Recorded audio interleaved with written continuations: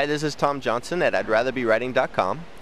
We are at the STC Summit in Dallas, Texas, and I'm talking with Brenda Huettner.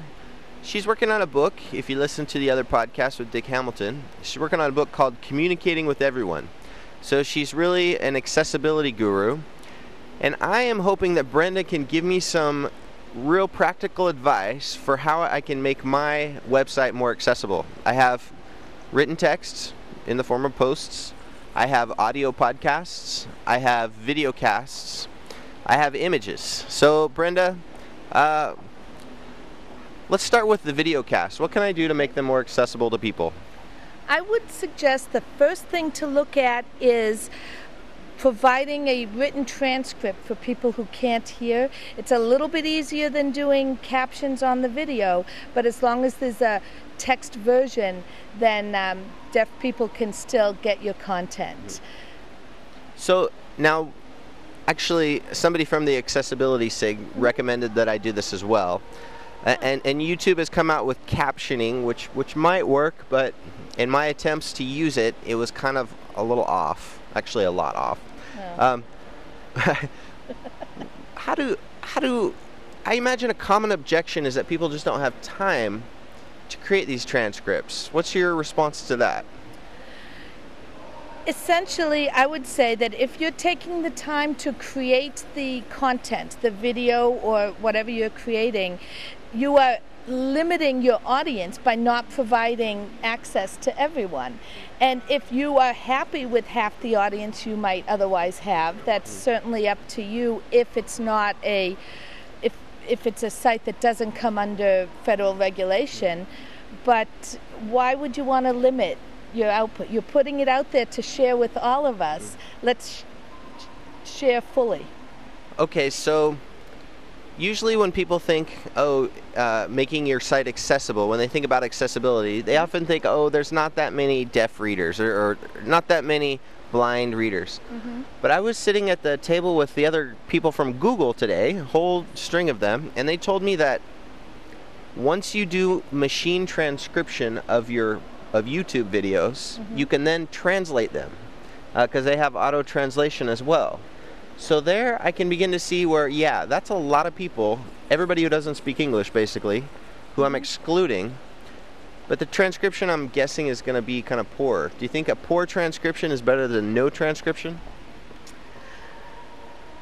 I suspect that you're going to get a different answer to that one from everyone you ask, but I would rather see a poor transcription than none.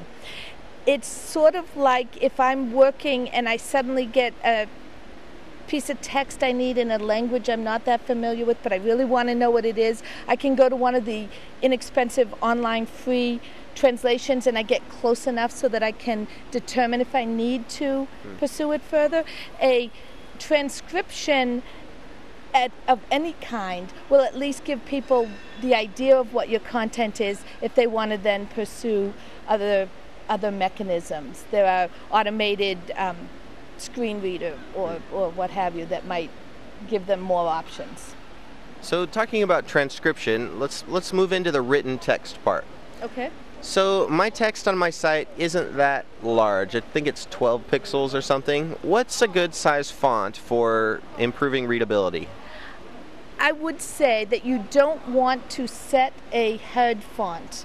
You want to allow the viewer, your audience, to make the font whatever's comfortable for them. So you use relative sizes and you allow the people to use their own software to make it as big as they need to make it.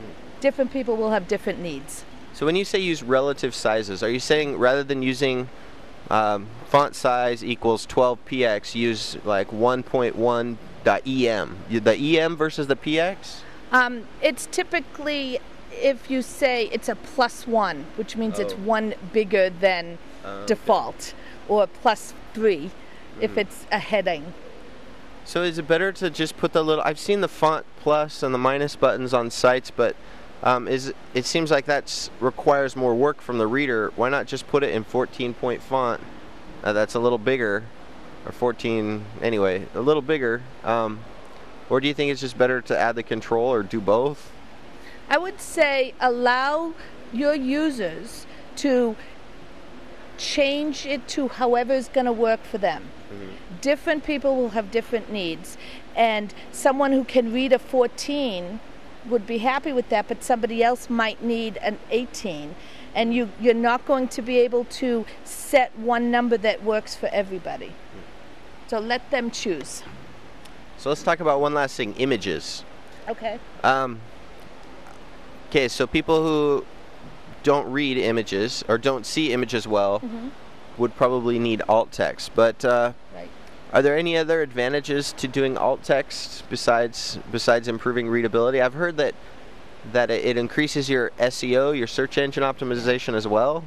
That's true. The alt tag becomes part of what your search engines can find.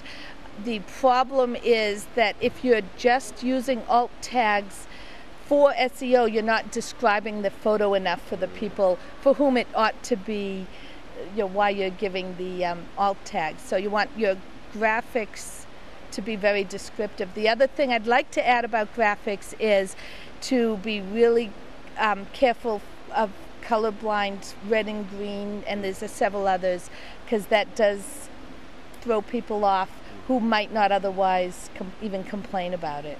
They just look at and see a gray square.